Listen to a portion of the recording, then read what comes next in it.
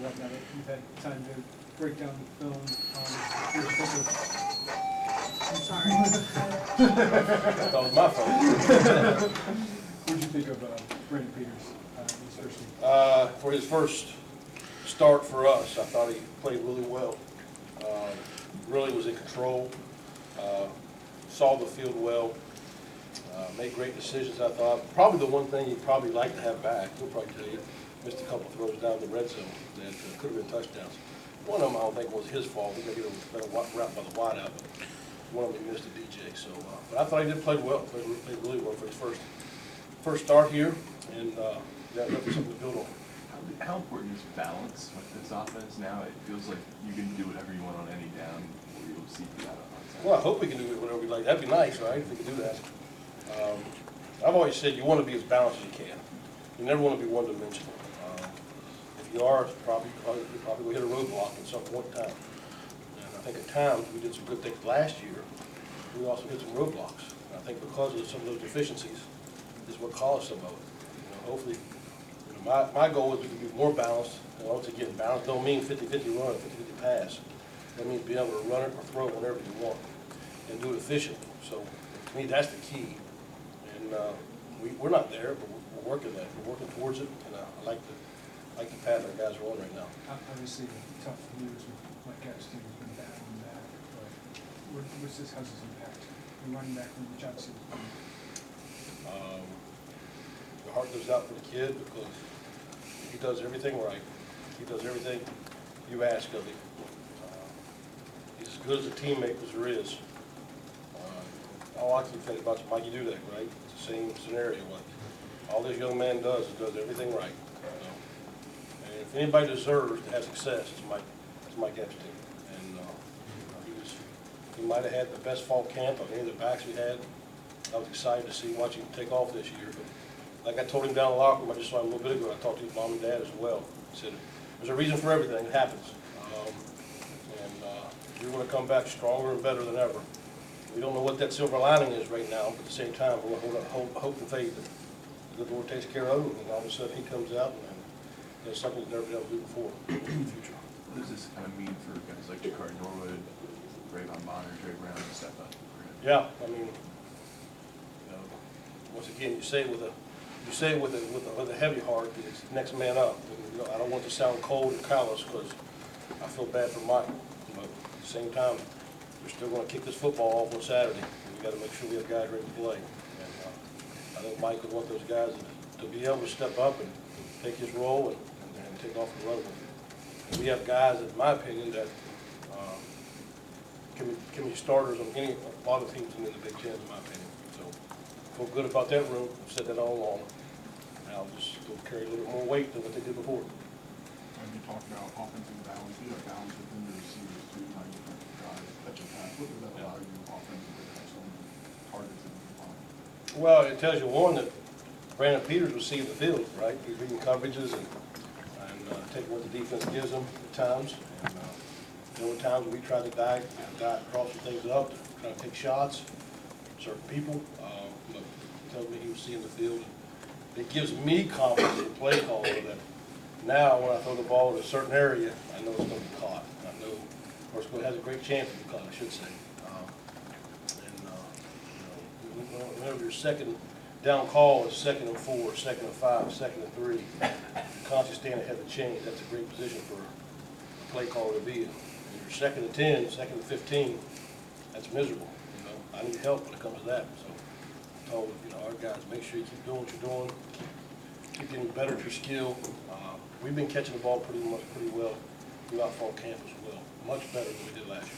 It also seemed like Brandon had a lot of time to do what he wanted to do for the most part.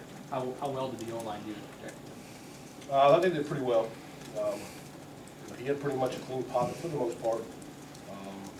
The one sack that I know they had, we was just watching film this morning. I think Brandon held a little bit too long. Eventually, he actually cut the back or cut the end, got him to the ground. He just got to throw the football a little bit. Kid man never played, got up and made a play with him. I think for the most part, I think our guys played pretty well up front and run and pass pro both. Coach, when you watched the film Saturday after the game, What did you see that you said, gosh, I wish that had gone better? Was there a thing or two like that? And then, Yeah, this red zone, the red zone down here, when we had 2 opportunities to score, that was one. yeah, I think there was one time we went 3 and out at one point. It wasn't real good, but, you know, probably the one red zone trip where we missed DJ on the pick route, and then we missed Dom on the corner route one time, right back to back. If we'd had that back, I think we'd had a really good day. You know, but something keeps striving for. What's Kendrick Green brought in his second year, starting to be? Well, I mean, you also, he's physical, he's nasty, he's athletic. He's what you want, an offensive lineman.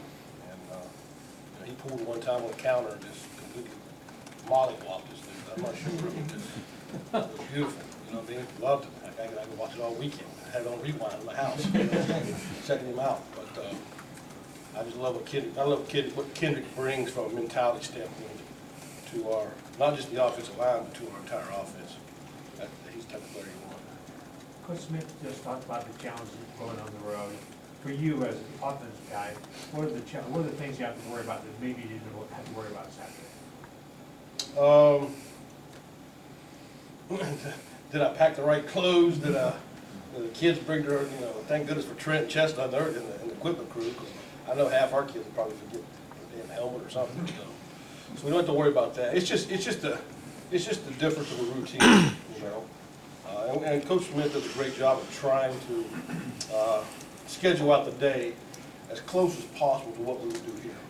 So we try to stay on time frame, try to make sure, you know, we do as much as we can to make it feel like it's a home game, even though it's not. But you know, just sometimes you like it. You like getting away.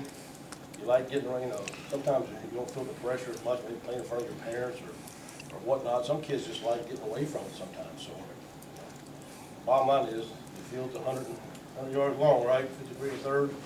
Tee it up, go play. What do you know about UConn's defense? Been watching them the last couple of days. They're multiple in the scheme that they run. They'll jump between a 3-man, a 5, and a 3-man and a 4-man. You know, as we look at them, I think they do a good job. They're well coached. Can't tell you, speak on what happened last year. You watch film on them, but it's a different coordinator now, so I don't really pay attention to last year's stats, to last year's film. We're looking at what they did in the past and other stops. This coordinator, Coach Spanos, and then also last week as well. So I anticipate them being very multiple, give us a different bunch of looks. I don't think it'll be.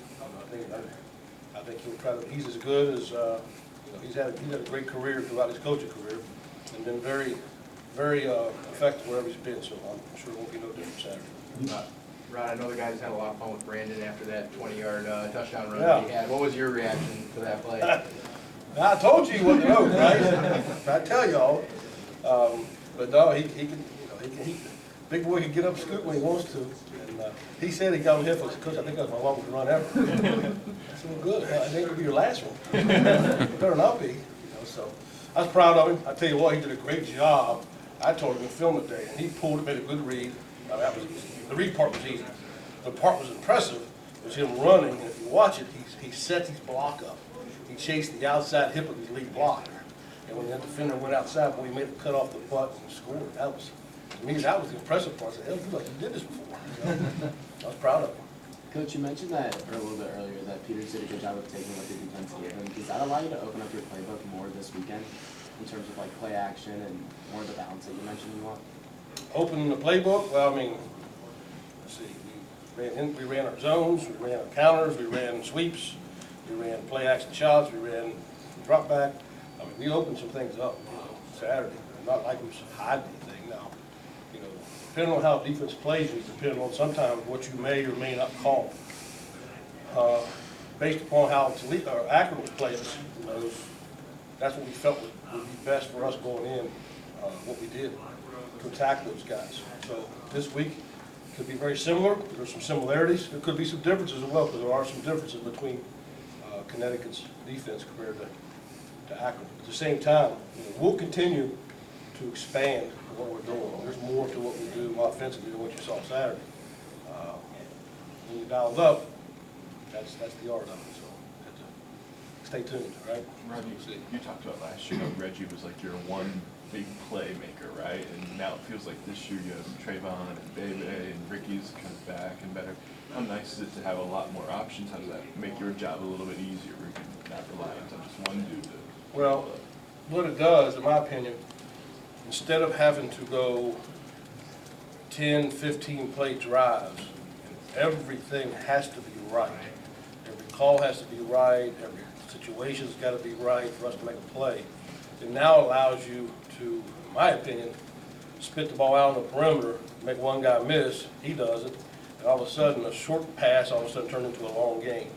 Or what's a normal play that may be a 3, 4, 5 yarder turns into a 12, 15 yarder, and now all of a sudden things change.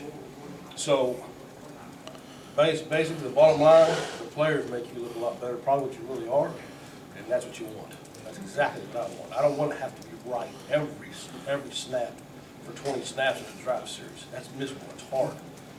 It's hard to maintain over the course of 4 quarters. You want guys that, to me, can make differences out there. They're difference makers that when they catch the ball, between them and the good Lord, what they blessed them with, and then hopefully they go to work. You had several receivers every season. How good are they? How important is Ricky's skill to what you do? Well, I think anytime you add competition to a room, your best players are going to rise up, in my opinion. They ain't going to stay the same. Right? Because if you want to be the best player in that room, then you're going to raise your game, try to continue to be the best player in that room. And if you're not the best player in that room, then you're trying to be the best player in that room. So either way, it's going to raise the roof, in my opinion, of what those guys' abilities are. Not just Ricky, but the whole entire room. So I think it helps not just him, but it helps all of them. Because now one person doesn't have to carry the whole entire load himself. There's, how do defenses defend? How do they take away Ricky? Then you leave Trayvon, you leave Dom, you leave Bebe, you leave Casey, you leave other guys in one-on-one situations, or vice versa. It could be the other way around. So it depends on how defense wants to, who they want to take away, and then what they want to try to do. But that helps. You guys can keep asking Rod questions, but we have players in the back. If any of you want to start getting on those, we can come back here. If you still got questions for Rod, fire away.